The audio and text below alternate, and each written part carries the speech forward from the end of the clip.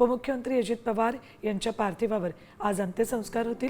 सकाळी 11 वाजता विद्या प्रतिष्ठानच्या मैदानावर शासकीय इतमामात अंत्यसंस्कार केले जातील। त्याआधी सकाळी 9 वाजता अंत्ययात्रा निघेल। यावेळी पंतप्रधान नरेंद्र मोदी, केंद्रीय गृहमंत्री अमित शहा, देवेंद्र फडणवीस, एकनाथ शिंदे उपस्थित राहतील। काल बारामतीत विमान अपघातात अजित पवारांचा मृत्यू झाला।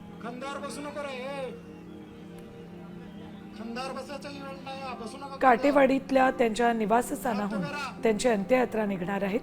तिथे उपस्थित आहेत आमचे प्रतिनिधी अक्षय बडवे। अक्षय, सकाळी 9 वाजता अंत्ययात्रा निघेल असं आत्ता सांगतायत, मात्र खरं तर रात्रभरच इथे कार्यकर्त्यांची मोठी गर्दी होती। आत्ताही तशीच गर्दी कायम असेल?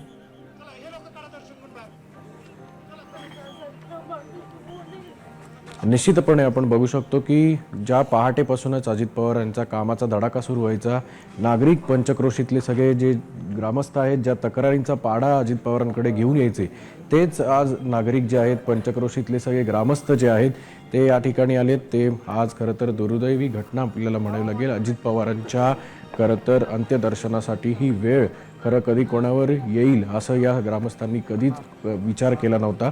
हा सगळा परिसर जो आहे तो काटेवाडीमधल्या अजित पवारांच्या घराबाहेरचा आहे आणि आपण जर पाहिलं तर सकाळपासूनच मोठी गर्दी या ठिकाणी पंचक्रोशीतल्या नागरिकांची होताना आपल्याला दिसते। आणि त्यासोबतच आपण जर पाहिलं तर अजित पवारांचे पार्थिव जे आहे ते काही वेळातच या ठिकाणी दाखल होईल, पण तत्पूर्वी या ठिकाणी जे सगळे नागरिक आहेत ते भावनाविवश होताना दिसतात।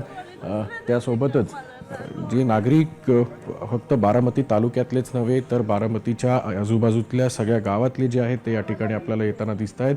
पार्थिव जे आहे ते हॉस्पिटलमधनं काही वेळासाठी त्यांच्या निवासस्थानी ठेवण्यात येणार आहे। त्यानंतर आपण जर पाहिलं तर ते विद्या प्रतिष्ठानच्या ठिकाणी जाऊन जे अंत्यविधी तिथे करण्यात येणार आहेत ते करतील। काय भावना आहेत? आपण कुठून आलात? आम्ही नांदेडवरून आलो आहे। काय भावना आहेत आज अजित पवार आपल्यात नाही? अतिशय ही महाराष्ट्रासाठी सर्वात मोठी हानी आहे। हे असं व्हायला नको तर चांगल्या लोकांसोबत असं होतंय, फार वाईट झाली गोष्ट। कुठून आलात? माहूर, किनवट, इस्लापूर। काय भावना आहेत? भावना म्हणजे साहेबासारखे नेतृत्व महाराष्ट्राला घडणार नाही। फार कणखर आणि फार प्रेमळ, महाराष्ट्र पुरका झाल्यासारखा वाटतो। कुठून आलात तू? मी इथलंच आहे, प्रॉपर गावचं, काटेवाडीच्या दादांच्या। आमच्या काटेवाडीची, बारामतीची आणि पूर्ण महाराष्ट्राची आणबान शान आता गेलेली आहे, ती परत कधी मिळवू शकत नाही आम्ही। खूप मोठी हानी झाली आमच्यासाठी, खूप। बघू शकतो की कंठ दाटून आलेला आहे। दुसऱ्या बाजूला काही महिला सुद्धा आहेत ज्या ठिकाणी आज सकाळपासूनच या पंचक्रोशीतल्या असतील। वैशाली नागवडे खरं तर या ठिकाणी आहेत। अनेक वर्षांपासून पालखी जेव्हा येत होती तेव्हापासून ते अगदी छोट्या छोट्या कामांपर्यंत या बंगल्यावर तुम्ही असायच्यात। काय भावना आहेत? आम्हाला पहाटे फक्त काटेवाडीला दादांच्या घरी मुंबईला देवगिरीला जायची सवय। आज ही शेवटची पहाटे दादांना भेटायला यायची। दादा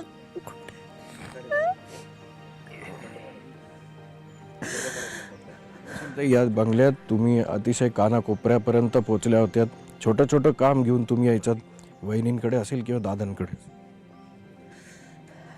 दादा दादा होते, कोणी दादांची जागा नाही घेऊ शकत। आता आमच्या हक्काचा माणूस आमचा माणूस गेलाय, आम्हाला कार्यकर्त्यांना कळत नाहीये कुठे गेले दादा।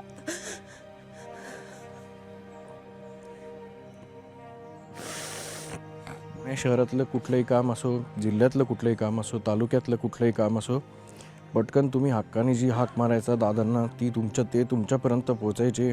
अनेक वेळा एकेरी उल्लेख तुमचा करून तुम्हाला अगदी बहिणीसारखं त्यांनी जपलं होतं। या सगळ्या भावना आज पुन्हा कुठेतरी त्याला पूर्णविराम लागतो। गेली 25 वर्ष दादांच्या नेतृत्वाखाली काम केलं राजकारणात। अनेक संघर्षाचे मोमेंट आले, प्रत्येक वेळेस हा शब्द होता, दादा शेवटपर्यंत तुमच्या बरोबर राहीन, कुठेच जाणार नाही। या खरं तर भावना आहेत लोकांच्या। अक्षय, तुम्हालाही अश्रू अनावर झालेले दिसत आहेत, पण जड अंतकरणाने या सगळ्या गोष्टी रिपोर्ट कराव्या लागतात। Back to studio. अक्षय, खरं तर ही अशी वेळ आहे की